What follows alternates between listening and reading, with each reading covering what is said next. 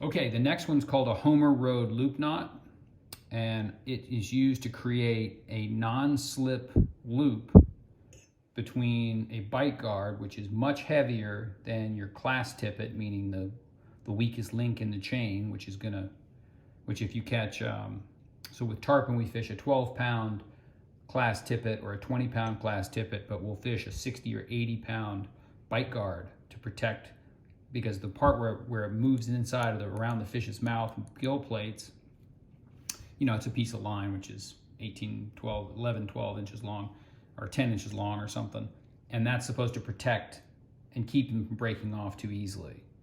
All right, so, and the reason you want a loop is because it allows the fly to have better action, right? So as you pull it through the water, it can move and look a little more natural. If it's attached rigidly to the line, the water can't move as much with its own action. So you really want it to be free, and that little loop provides that. All right, and it won't slip. Now, it's not 100% knot strength, meaning the knot is significantly weaker and will break long before this stuff breaks. But because it's a bite guard, it's not really being pulled on to 80 pounds. By the time you got to 80 pounds, by the time you could break the knot, let's say it's like 60, 70% knot strength. By the time you broke that, your class tippet, which is probably much, much less, say 12 pound, has been broken long ago. So as long as it's stronger than the class tippet, I think it's perfectly safe to use. I've noticed that Seth doesn't use this. Seth uses a uni knot, but I don't like a uni knot for this because it's a little bigger. And yeah, this one's also a little easier to tie. So I'm going to show you how to do this.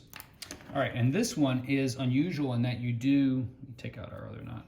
This one you do start by, you're going to use we're tying, it's a terminal knot, right? It's going into a hook or into the eye of a thing. So what we're going to do is we're going to start out by making an overhand knot.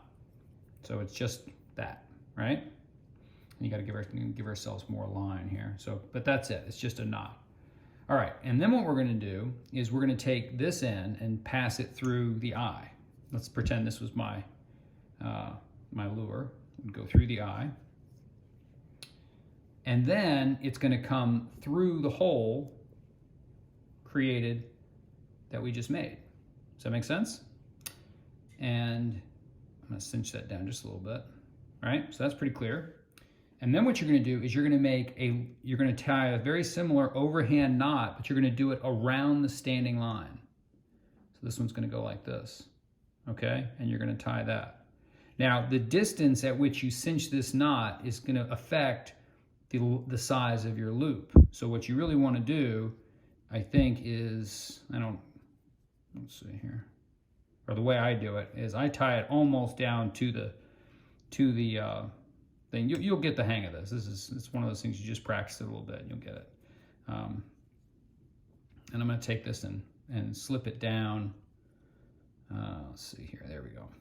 And so what ends up happening is when you cinch this down, this distance ends up affecting the size of this loop.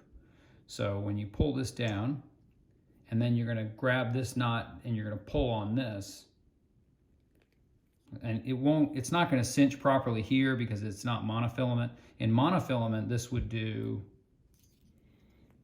this is probably not, there it goes. In monofilament, this would cinch down like that and create the loop, okay? So let's do that here. Cut off our perfection. Oh, I didn't tell you last time, you need to trim your perfection loop. And you can really trim it as close as you want. I usually leave a little bit of a tag end. People who are real knot nerds will go and will actually put some glue on this. There's a certain kind of glue you can use on monofilament. But you tie so many knots that most of them, it would just be too time consuming. Okay, so let's do this. Let's do this thing. All right, so in this case, this is going to be the grease that you see on my fingers is I came back from the Everglades and oiled up all my tackle, and I just realized that it's covered in grease, which is why I should wipe all that off because it's going to get on everything.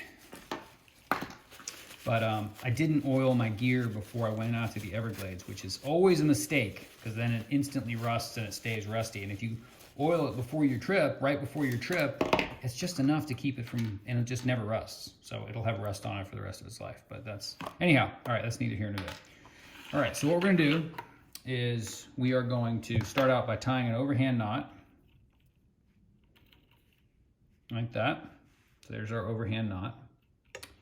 And then it's going to go through our eye of our fishing lure, which is in this case this thing. And then it is going to go through here.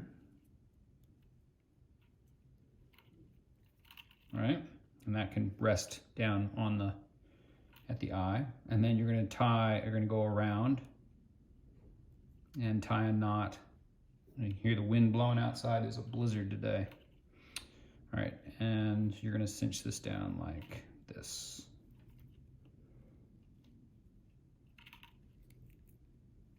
And then when you go to cinch it, I'm trying to do this the right way.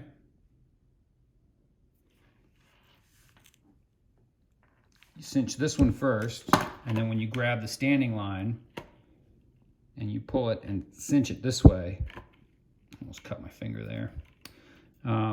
That's it. Now that loop's maybe a tiny bit too big. You really want to, again, people who are serious about this will be, they don't want the loop too big because then it puts the knot too far away from the fly and makes it easier to foul and easier for the fish to see and blah, blah, blah. And so there's kind of an optimal distance. That's probably just a tiny bit too big. I'm gonna cut that and leave a tiny little tag. And that is a Homer Road loop knot. That's the deal.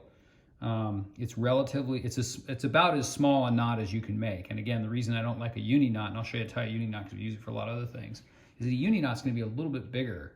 And this one is, this one's nice and small. You don't want the tag end to be too long because it'll catch on stuff. It'll catch on grass. And let's see where my nippers. Oh, I've tied it to my nippers, so I can't use my nippers. So that's probably, it might be a little bit too short. So, but that's it. That's the deal. And again, it's only used, the Homer Road loop knot is only used when your bite guard is significantly higher than the breaking strength of either your fishing line or your class tippet. Yeah, so that's the deal. And that is it.